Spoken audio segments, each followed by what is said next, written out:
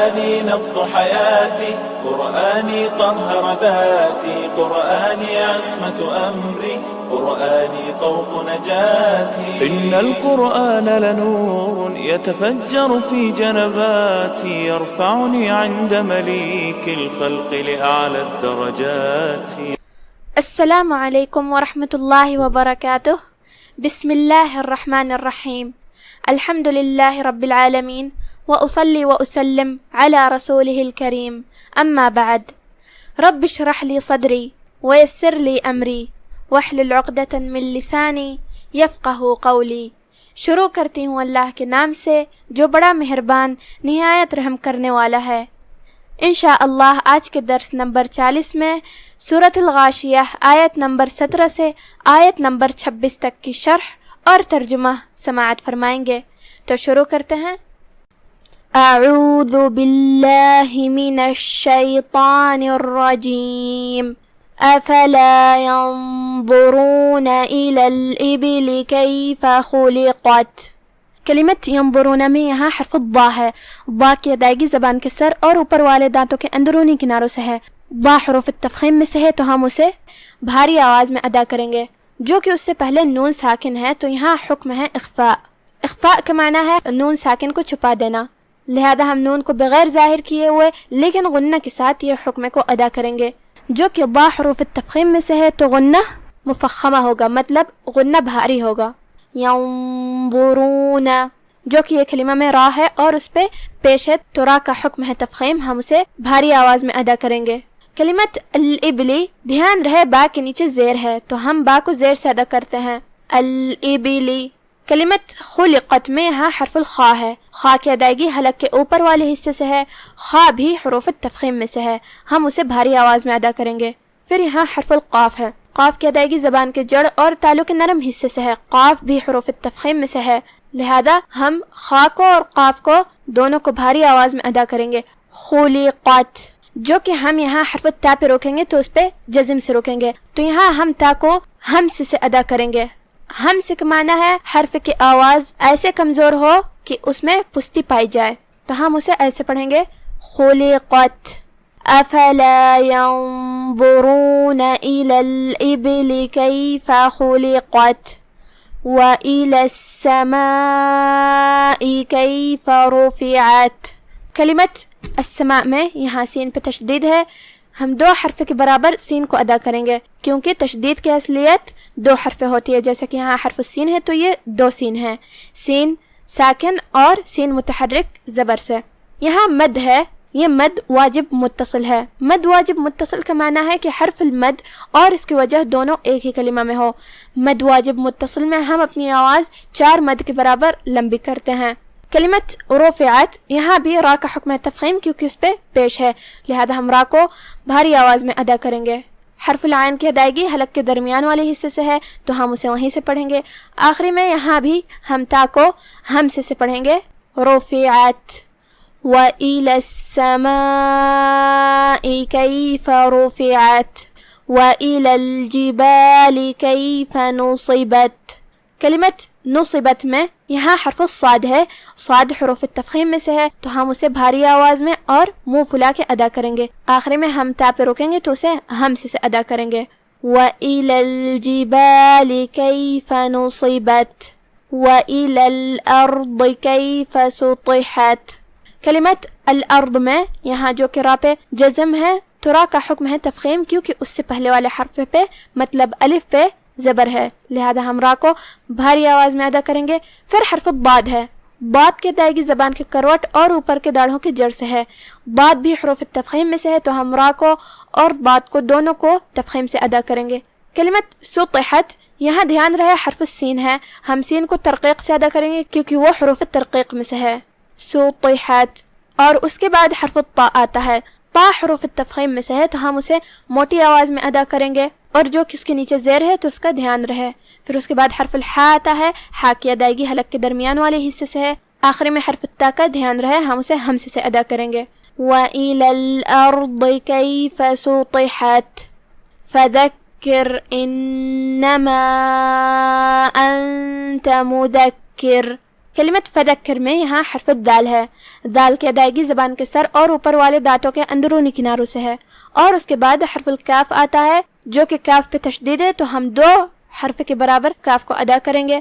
آخری میں جو کہ را پہ جزم ہے، تو یہاں را کا حکم ہے ترقیق، مطلب ہم اسے پتلی آواز میں ادا کریں گے کیونکہ اس سے پہلے والے حرف پہ مطلب کاف پہ زیر ہے. فذکر. کلمت انما الف کے نیچے زیر ہے، تو یہاں ہم حمزہ کو نیچے سے ادا کریں گے، جو کہ حمزہ کی ادائیگی حلق کے نیچے والے حصے سے ہے، تو اس کا دھیان رہے. پھر اس کے بعد یہاں حرف نون ہے اور اس پہ تشدید ہے، 2 حرف کے برابر نون کو ادا کرنا ہے. آخر میں مد ہے، یہاں مد جائز منفصل ہے. مد جائز منفصل کا معنی ہے کہ حرف المد پہلے کلمہ کے آخر میں ہو اور اس کی وجہ جو کہ حمزہ ہے وہ دوسرے کلمہ کے شروعات میں آئے. مد جائز منفصل میں ہم اپنی آواز 2 سے 4 مد کے برابر لمبی کریں گے. کلمت انت، یہاں نون پہ جزم ہے اور اس کے بعد حرف تا آتا ہے. تا حروف الاخفاء میں سے ہے، تو ہم نون کو بغیر ظاہر کیے ہوئے لیکن غنہ کے ساتھ یہ حکم کو ادا کریں گے. کلمت مذکر، یہاں بھی دال کی ادائیگی کا دھیان رہے اور جو کہ تشدید ہے کاف پہ، تو ہم اسے تشدید سے ادا کریں گے. آخری میں یہاں بھی را کا حکم ہے ترقیق، تو ہم اسے پتلی آواز میں پڑھیں گے. فذکر انما انت مذکر لست علیہم بمسیطر. کلمت لست، یہاں جو کہ سین پہ جزم ہے تو اس کا دھیان رہے، ہم سین کو جزم سے ادا کریں گے، اور جو کہ تا پہ زبر ہے تو اس کا بھی دھیان رہے. کلمت علیہم، یہاں حرف العین ہے، ہم اسے حلق کے درمیان والے حصے سے ادا کریں گے. جو کہ ہا کے نیچے زیر ہے تو ہم ہا کو زیر سے ادا کریں گے. آخری میں میم پہ جزم ہے اور اس کے بعد حرف الباء آتا ہے کلمت بمسیطر میں. یہاں حکم ہے اخفاء شفوی، تو ہم یہاں غنہ سے حکم کو ادا کریں گے. علیہم بمسیطر. کلمت بمسیطر میں یہاں حرف الصاد ہے اور اس کے پر سین ہے. اس طرح کے حکم قرآن میں صرف 4 جگہ ذکر ہوا ہے، لیکن صرف یہی اکیلے ایک جگہ ہے جہاں ہم سین نہیں پڑھیں گے، صاد پڑھیں گے. اور بھی جگہ ہے قرآن میں وہاں سین صاد دونوں پڑھ سکتے ہیں یا صرف سین پڑھ سکتے ہیں، لیکن قرآن میں صرف یہی اکیلے ایک کلمہ ہے جہاں ہمیں صرف صاد پڑھنا ہے، کیونکہ ہماری قراءت روایت حفص عن عاصم سے ہے، جو کہ صاد کی ادائیگی زبان کے نوک اور دونوں دانتوں کے اندرونی کناروں سے ہے. صاد حروف التفخیم میں سے ہے، تو ہمیں اسے منہ پھلا کے اور بھاری آواز میں ادا کرنا ہے. بمسیطر. یہاں حرف طا ہے، طا بھی حروف التفخیم میں سے، ہم اسے موٹی آواز میں ادا کریں گے. لست علیہم بمسیطر الا من تولی وکفر. کلمت الا میں یہاں دھیان رہے جو کہ الف کے نیچے زیر ہے، تو ہم حمزہ کو نیچے سے ادا کریں گے. پھر حرف اللام پہ تشدید ہے، 2 حرف کے برابر لام کو پڑھنا ہے. من تولا، یہاں نون پہ جزم ہے اور اس کے بعد حرف التا آتا ہے کلمت تولا میں. یہاں حکم ہے اخفاء، لہذا ہم نون کو بغیر ظاہر کیے ہوئے لیکن غنہ کے ساتھ یہ حکم کو ادا کریں گے. کلمت تولا میں لام کی تشدید کا دھیان رہے. کلمت وکفر، کاف پہ زبر ہے، فا پہ زبر ہے، تو یہ دونوں حرف کا دھیان رہے. آخر میں ہم را پہ رکیں گے تو اسے تفخیم سے ادا کریں گے. إلا من تولى وكفر فيعذبه الله العذاب الأكبر. کلمت فیعذبہ میں یہاں حرف العین کی ادائیگی حلق کے درمیان والے حصے سے ہے. دال پہ تشدید ہے تو ہم دال کو 2 حرف کے برابر پڑھیں گے. با پہ اور ہا پہ دونوں پہ پیش ہے تو اس کا دھیان رہے. جو کہ یہاں لفظ الجلالہ ہے مطلب کلمت اللہ، تو یہاں حکم ہے تفخیم کیونکہ اس سے پہلے والے حرف پہ مطلب ہا پہ پیش ہے. جو کہ ایک عام قاعدہ ہے، اگر لفظ الجلالہ سے پہلے جو حرف ہے اس پہ زبر ہو یا پیش ہو یا لفظ الجلالہ سے آیت شروع ہوتی ہے تو ہم اسے تفخیم سے پڑھیں گے، لیکن اگر اس سے پہلے زیر ہو تو ہم لفظ الجلالہ کو ترقیق سے پڑھیں گے، مطلب ہلکی آواز میں، جیسا کہ بسم اللہ. لیکن یہاں حکم ہے تفخیم، تو ہم پڑھیں گے فَيُعَذِّبُهُ اللَّهُ. کلمت العذاب میں یہاں بھی حرف العین کی ادائیگی کا دھیان رہے اور حرف الدال کا بھی، جو کہ آخری میں با پہ زبر ہے تو اس کا دھیان رہے. کلمت الاکبر آخری میں را کا حکم تفخیم، فَيُعَذِّبُهُ اللَّهُ الْعَذَابَ الْأَكْبَرَ إِنَّ إِلَيْنَا إِيَابَهُمْ. کلمت ان یہاں بھی نون کی تشدید کا دھیان رہے، 2 حرف کے برابر نون کو ادا کرنا ہے. کلمت الینا کے آخر میں یہاں مد ہے، یہاں بھی مد جائز منفصل ہے تو ہم اپنی آواز 2 سے 4 مد کے برابر لمبی کریں گے. کلمت ایابہم دھیان رہے با پہ زبر ہے تو ہم با کو زبر سے ادا کریں گے. آخر میں ہم میم پہ رکیں گے تو اس پہ جزم سے رکیں گے اور اسے ظاہر کریں گے. إن إلينا إيابهم ثم إن علينا حسابهم. کلمت ثم میں یہاں حرف التا ہے، تا کی ادائیگی زبان کے سر اور اوپر والے دانتوں کے اندرونی کناروں سے ہے. پھر میم پہ تشدید ہے، 2 حرف کے برابر ہم میم کو پڑھیں گے. کلمت ان میں بھی تشدید کا دھیان رہے. کلمت علینا حرف العین کی ادائیگی حلق کے درمیان والے حصے سے ہم ادا کریں گے.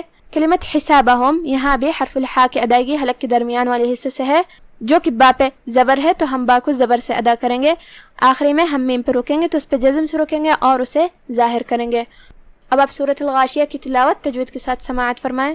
اعوذ باللہ من الشیطان الرجیم افلا ينظرون الى الابل كيف خلقت والى السماء كيف رفعت وإلى الجبال كيف نصبت وإلى الأرض كيف سطحت فذكر إنما أنت مذكر لست عليهم بمسيطر إلا من تولى وكفر فيعذبه الله العذاب الأكبر إن إلينا إيابهم ثم إن علينا حسابهم.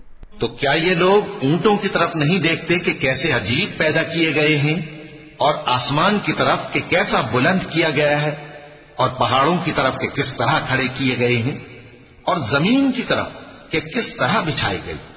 پس اے نبی صلی اللہ علیہ وآلہ وسلم، تم تو نصیحت کرتے رہو کہ تم نصیحت کرنے والے ہی ہو، تم ان پر داروغہ نہیں ہو. ہاں جس نے منہ پھیرا اور نہ مانا تو اللہ اس کو بہت بڑا عذاب دے گا. بے شک ان کو ہمارے ہی پاس لوٹ کر آنا ہے، پھر ہمارے ہی ذمے ان سے حساب لینا ہے. آج کا درس ہمارا یہیں ختم ہوتا ہے.